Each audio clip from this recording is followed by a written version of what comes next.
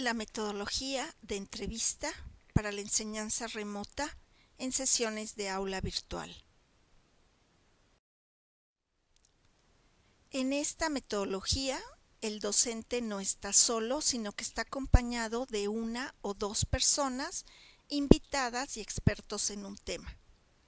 Y aquí el profesor no es el que entrevista a los invitados, sino son los estudiantes los que van a hacer las preguntas. El profesor lo único que va a hacer es presentar a los invitados, sobre todo leyendo su experiencia en el tema y moderando que los estudiantes hagan sus preguntas. Es importante entrenar a los estudiantes en lo que se le llama la técnica de diálogo socrático para que puedan elaborar buenas preguntas y sobre todo que no las formulen en ese momento, sino los estudiantes deben de traer ya preguntas fundamentadas de acuerdo al tema de los expertos. Los estudiantes van a llegar preparados a la sesión, este es cómo se implementa, habiendo leyendo previamente materiales por el tema de los expertos. El profesor va a ir dando el nombre del alumno que tiene que preguntar para que pongan atención a las preguntas. Algo muy importante es que no se pueden repetir las preguntas, de tal forma que las personas vayan contestando cosas diferentes, los invitados. La realidad es que mientras más pronto preguntes, pues tendrás más opciones de preguntas inteligentes, profundas. Entonces el profesor va a ir sacando como en una especie de rifa donde los estudiantes puedan ver los nombres de los estudiantes. De tal forma que el último va a tener la dificultad de hacer una pregunta inteligente a los invitados.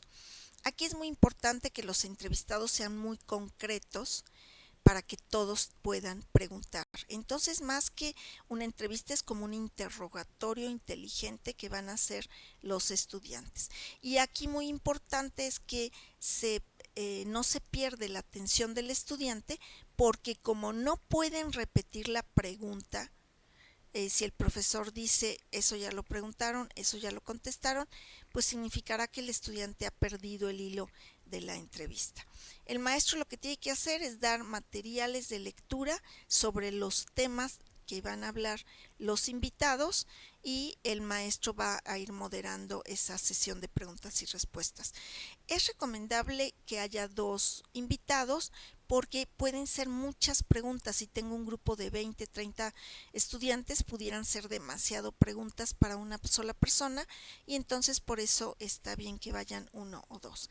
El estudiante, ¿qué es lo que va a hacer? Pues prepararse, leer los materiales y tener anotadas buenas preguntas sobre el tema. Por supuesto, cada vez que escuche que ya algún compañero dijo una pregunta que tuvieran en su apunte, pues las tiene que ir tachando.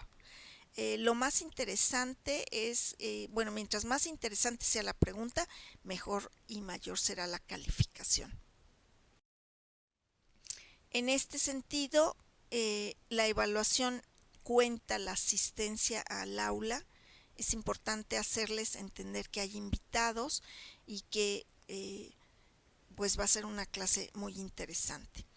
Las preguntas pueden valer 7, 8, 9 o 10 puntos. Eso también hay que aclararlo antes y decir que preguntas tan simples como ¿por qué? Pues tendrá una valoración menor.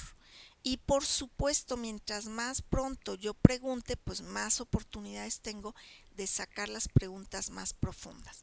Entonces eso es importante.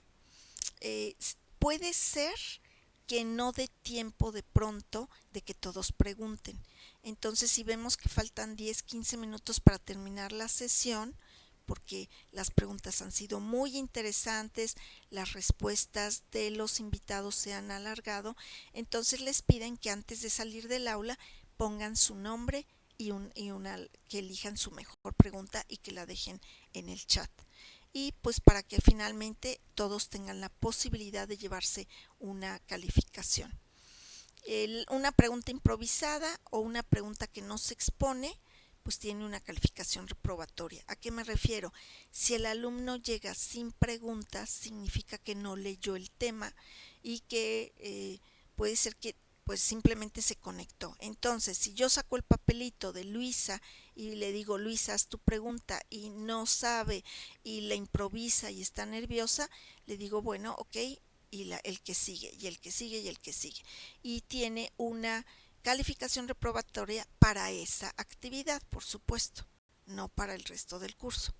¿Cuáles son los riesgos? Que se nos vaya el tiempo, se pierda el control del tiempo, que el profesor no escuche atentamente y se repitan las preguntas, entonces el grupo diga, pues aquí no hay control. Que los estudiantes pongan atención a las preguntas, más a las preguntas y no a las respuestas, y entonces eso haría que no aprendieran sobre el tema. O que los invitados no despierten el interés en los estudiantes, o que incluso las respuestas no sean significativas. Por eso es muy importante que sean expertos del tema.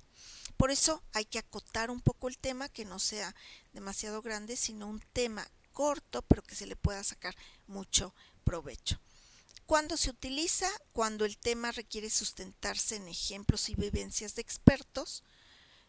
Por ejemplo, si vamos a hablar del COVID, pues que sea un experto en el tema de lo que está sucediendo en la actualidad en un hospital, ¿no? Puede utilizarse también como un reporte de lectura. ¿Cómo sé yo que sí leyeron? Lo clásico es pedirles un reporte, casi un resumen. Eso no me da tiempo a mí de revisarlo, y eso además pues puede ser incluso copiado y pegado.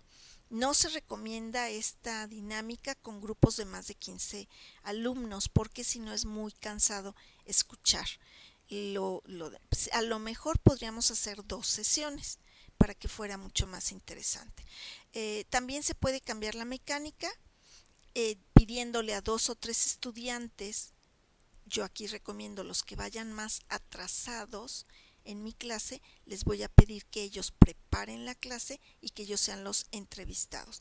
Y no van a exponer, aquí cuidado, no se trata que expongan, sino de que contesten las preguntas que les hagan sus compañeros. En este sentido es bueno invitar a 2, 3, 4 alumnos para no ponerlos en evidencia. Si uno no sabe la respuesta, seguramente algún otro compañero sí. Entonces esto sirve para que los estudiantes que van más atrasados estudien a profundidad. Por supuesto no les digan ni que es castigo, sino decir vamos a hacer una dinámica y necesito personas que conozcan el tema, y los estudiantes van a preguntarles. Entonces eso es muy bueno también para que los estudiantes que van más atrás pues aprendan, estudien y sepan cómo contestar esas preguntas. Bueno, aquí hay una liga muy buena sobre la técnica de diálogos socráticos, ya lo hablamos también en otras metodologías. Es para aprender a preguntar y salgamos de esas de cómo, por qué, para qué, cuándo, dónde, sino que podamos hacer preguntas poderosas. Y este entrenamiento, por supuesto que es para los estudiantes, y es una mecánica que también desarrolla el pensamiento creativo y el pensamiento crítico.